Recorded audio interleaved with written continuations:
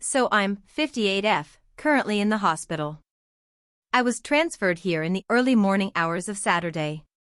I called my mom, 81F, at 8 o'clock Saturday morning to tell her what was going on, and it was obvious that I woke her. I explained to her what was going on and she asked if she could come visit. I said no. I would prefer to just rest and heal. It is possible that because I had just woken her up she didn't remember everything that we talked about.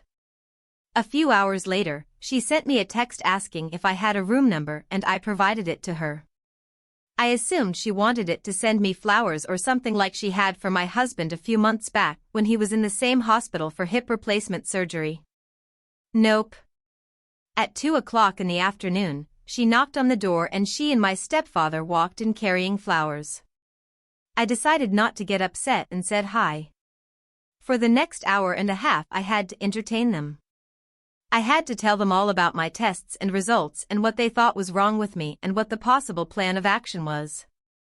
I really didn't have the energy for this.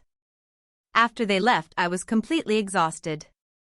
Yesterday, Tuesday, I considered letting my nurse know that I didn't want any visitors except my husband, but since they had let me know they had plans for Monday and Tuesday, I figured I was safe from them trying to come back. I was wrong. I got a knock on my door and once again it was my mother. I was exhausted. It had been a long day. I'd been getting pumped full of antibiotics and pain relievers after surgery on Monday. I was really not feeling like having visitors. So I told her that. I told her I didn't want anyone visiting me.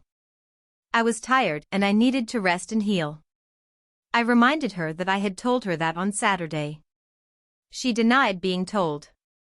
I'm sure she was thinking about conversations we had when she was here in my room, but I was referring to the phone conversation prior to that where she had originally asked if I wanted visitors and I had told her no, but she had completely ignored.